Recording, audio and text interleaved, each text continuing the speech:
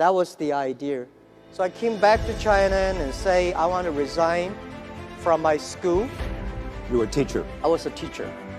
I've been teaching in the university for 6 years.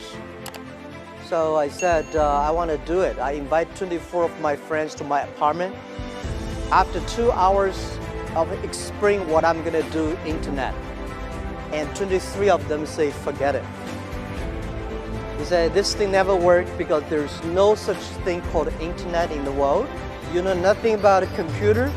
So why you want to do this?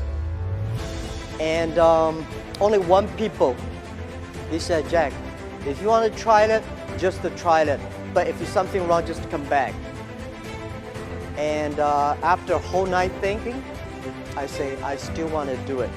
Because most of the people, they have a fancy ideas in the evening, but in the day, when they wake up in the evening or in the morning, they go back to do the same job. We have to do something different. So from there, problem is that we have to find a solution that how we can be a company can live and long and healthy as long as like a Mercedes-Benz and Siemens.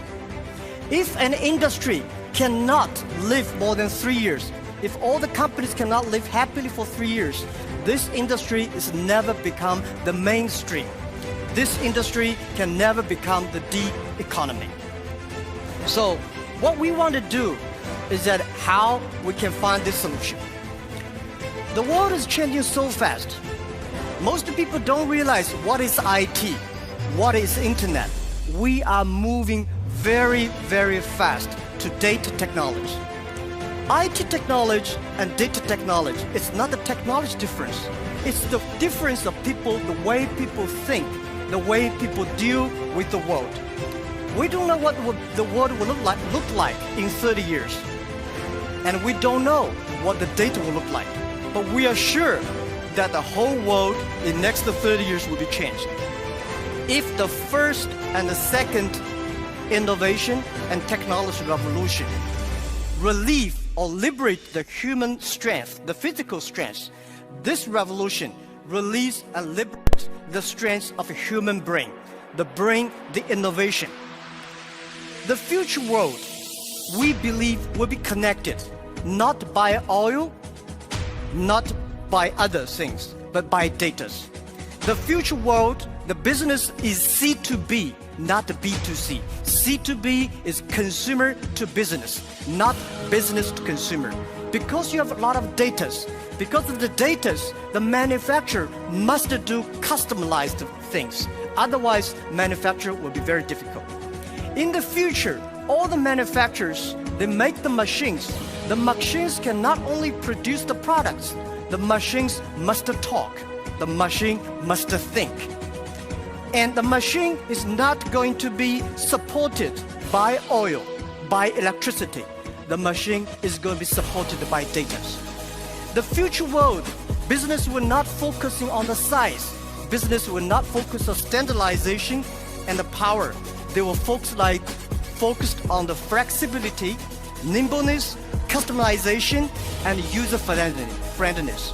And also I strongly believe the future world, we are going to have a lot of women leaders, because in the future, people not only focus on the muscles, powers, they focus on wisdom, they focus on careness and responsibility.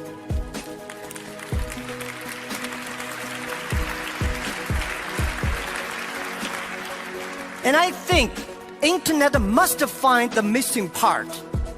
This missing part is how the clicks and the motors can work together, and how we can making sure in the next 30 years the internet and the clicks and motors can work together. Only where clicks and motors can work together, internet companies can survive, can live happily for next 30 years.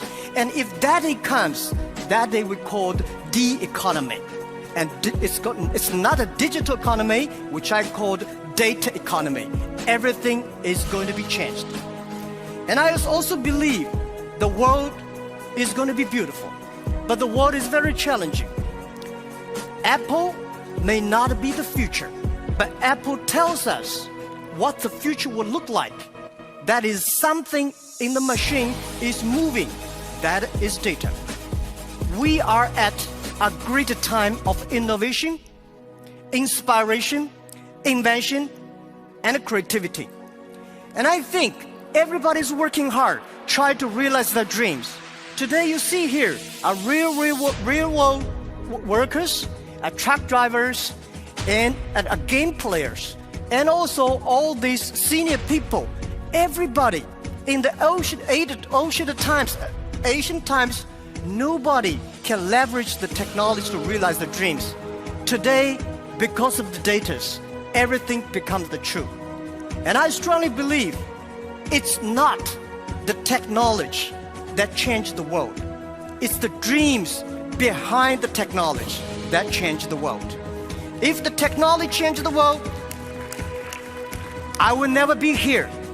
I'm not trained to be a technology. I know nothing about a computer, and I know very little about the internet. I have a strong dream that we want to help small business. So 14 years ago, we come here to sell Chinese products to Europe. That won't work. 14 years later, we try to help the European small business to China, to the world, by using the internet. It's the dreams that drive the world. It's not only the technology. So ladies and gentlemen, let's work hard. It's a fantastic world. It's a world belongs to young people. It's a world belongs to the future. And thank you very, very much for listening.